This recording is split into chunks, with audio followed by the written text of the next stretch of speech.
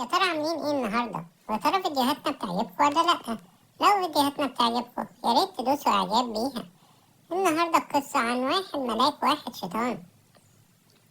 بس طبعا انتوا اكيد عارفين ان الشيطان طول الوقت بيغلس على الملاك، وقاعد يوقعه وقاعد يغلس عليه في الفصل ومش عارف يتعلم في وسط اصحابه. فالمدرس بيقرر يقوله انت هتسقط السنة دي. الولد طبعا الملاك كان مش مبسوط ومش عارف يعمل ايه، لان هو بيحب الخير، عمره ما بيحاول يأذي حد. وطبعا الشيطان قاعد عمال يتفق هو واصحابه ازاي يضايقوا الملاك. الملاك بيروح بيته وقاعد يقول لمامته الحقيني انا حصل فيا كذا وكذا وكذا، والاب قاعد والام قاعدة وكله قاعد مستني الولد. حكالها كل اللي حصل معاه النهارده، بس هي قعدت تطيب خاطره واديته شوكولاتاية جميلة يقعد ياكلها. قعد ياكلها على جنب وكان مبسوط جدا. أما بقى الشيطان حكى لباباه اللي حصل، قال له ايه رأيك تلعب معايا؟ ده أنا كنت كويس النهاردة. راح الأب ضربه وضايقه وعمل له كل حاجة. الأم كمان لما وقع الطبق من إيديها قعدت تتخانق معاه. ده الفرق بين الملايكة والشياطين. كان الملاك رجع تاني يوم رايح المدرسة وكان مبسوط جدا ومعنوياته رجعت مرتفعة. وبعدين قامت قالت له طب ايه رأيك نروح النهاردة نصطاد؟ هو كان خايف طبعا من حاجة كده في الغاب، بس الأم أنقذته منها وقاعدين يصطادوا وكانوا مبسوطين. ما هو حاسس إن هو أجازة وما عندوش مدرسة. وفعلا اصطاد سمكة كبيرة جدا وحطها في الحوض بتاعه. كان مبسوط إن هو اصطاد السمكة الكبيرة دي زي ما انتوا شايفين كده، قاعد ياكل في السمكة السموكة. مين فيكم بيحب السمك؟ ولو بتحبوا السمك يا ريت تقولولي بتحبوه مشوي ولا مقلي ولا ايه الأخبار؟ ايه ده؟ تعبان؟ راح الولد الشيطان ضرب الولد الملاك تاني وقعد بيصوره وهو خايف من التعبان، ونشر الصورة دي على السوشيال ميديا. طبعا الولد كان هيتجنن، هو ميحبش شكله يبقى وحش في السوشيال ميديا. بس مش ما برضه ما ينفعش ان هو كل وقت يرجع يعيط لمامته ويقول لها الحقيني الحقيني. هو لازم ياخد باله من نفسه شوية. والبنوتة دي كانت قاعدة عمالة تلم فلوس تبرعات.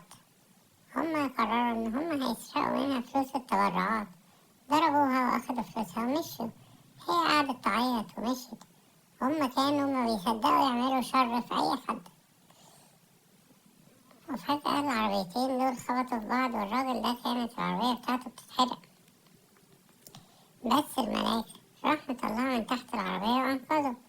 ده فرق، يعني واحد أخد فلوس البنت والتاني أنقذ الولد من العربية. يا ترى مين فيهم اللي يستاهل يعيش؟ الملاك لما اتضرب طلع عند جده فوق في السما قال له الحقني، أنا الولد التاني عمال يغلس عليا وعمال يضايق فيا. قال له ما تخافش، انت هتبقى كويس، انت خليك بتعمل الخير وإياك تعمل الشر. طبعا ده مش مظبوط قوي، لأن احنا لازم الناس اللي بتأذينا ان احنا نرد لهم اللي هما بيعملوه عشان يبطلوا يعملوا الشر. كل الناس قاعدين يتفرجوا على الفيديو بتاع الولد ده وهو قرر ان هو يكسر التليفون. طبعا الراجل الشرير راح ضربه. بس في اللحظة دي جه المدرس وقال له اوعى تعمل كده تاني. الولد الملاك مش عارف يعمل ايه، لان هما كلموه في المدرسة وقالوا له ابنك كسر تليفون واحد تاني. وهو راح معاه وقال انا مش هسيب الموقف ده يعدي على خير. طبعا الولد الشيطان خاف وطلع يجري على باباه. قال له الحقني، اول ولد الملاك جاي ورايا. الاب الشيطان كان جاي وقعد يضحك ويقول لهم انتوا هتضربوني؟ انتوا ما تعرفوش انا هعمل فيكوا ايه. وطبعا قعدوا يتخانقوا مع بعض ويضربوا في بعض. الولاد وقعت من على المركب، بس الملاك كسب في الاخر. ايه ده؟ الاولاد تاهوا مننا. الأولاد كانوا راحوا على الشط، قعدوا يجروا وقعدوا يقولوا احنا رحنا فين، تعالوا نشوف احنا ممكن نروح فين. وفجأة لقوا ديابة موجودة في الغابة. قعدوا يجروا، الولد الشيطان وقع والديابة كانت هتاكله. بس الولد الملاك راح ضربهم. اما انت جامد كده ما ضربتش ليه الشيطان؟ والناحية التانية الشيطان برضه أنقذ الملاك. وفجأة الملاك والشيطان بقوا أصحاب. قال له ما تخافش، احنا هنعرف نلاقي اهالينا. وفجأة لقوا بيت واستخبوا فيه.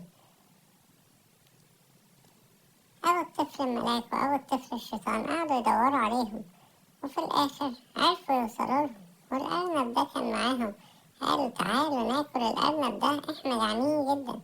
قعدوا يجروا، لقوا ديناصور في الغابة. بالمرة بقى، ما هو ده اللي ناقص. راح أبو الشيطان وأبو الملاك ضربوا الديناصور وأنقذوهم، بس الديناصور ما سابهمش في حالهم.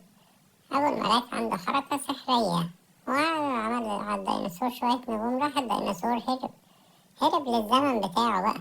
وقعدوا هما الأربعة يصطادوا، وكانت نهاية سعيدة للكرتون. أوب، ولا نهاية سعيدة ولا حاجة، ده خبطوه بالسنارة بتاعتهم. يلا، مع السلامة.